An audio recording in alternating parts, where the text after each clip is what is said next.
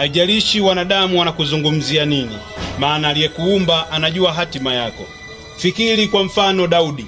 Ndugu zake wote walimtenga, wakamuona hana kitu chochote, lakini baadaye ndiye aliyekuja kuwa mfalme.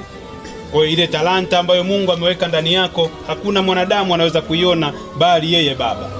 Uwe na imani, ukafanye kazi ya Mungu kwa moyo. Dumu katika maombi, kesha ukimuomba Mungu, baadaye atakujibu. Maana walio wengi wamerudi nyuma kwa sababu ya wanadamu, na wengi walinenewa mabaya wakakata tamaa. Lakini wewe jipe moyo, ukaendelee kuitenda kazi ya Mungu. Heri yule amtumainie Bwana, maana ni kama mlima Sayuni, wala hata tikisika kamwe.